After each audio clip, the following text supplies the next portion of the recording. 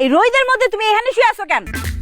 আমাকে খুব ঠান্ডা লাগতেছে, লিগে রোদের মধ্যে শুয়ে শরীরটা গরম করতেছি, ভিটামিন ডি খাইতেছি, তাই না?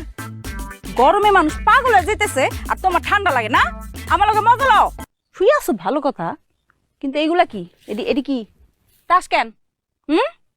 ও মা, কি রে এখানে তাস আইলো কই থেকে? ও কিছুক্ষণ আগে কয়েকজন লোকজন দেখছি, ওরা মনে হয় খেলা ফালাইতে গেছে।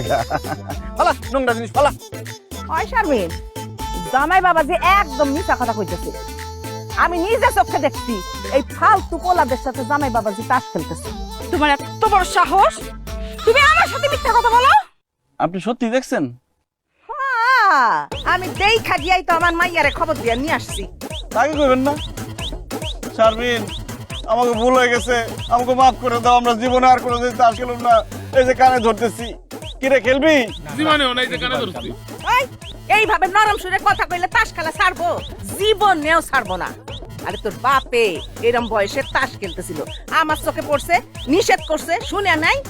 একদম একদিন দইটা জাটা দিয়ে এমন পিটাইছি, জাটার বাড়ি খাইয়া তাস খেলা ছেড়ে দিছে। তুইও পিটা, তাহলে ছেড়ে দিবি। ঠিক কইছো মা। দাঁড়ি বেটি, সাজান বেটি, কুমুতি দে। বাড়ি ছাড় হইব না। ওই তুই কই যাস?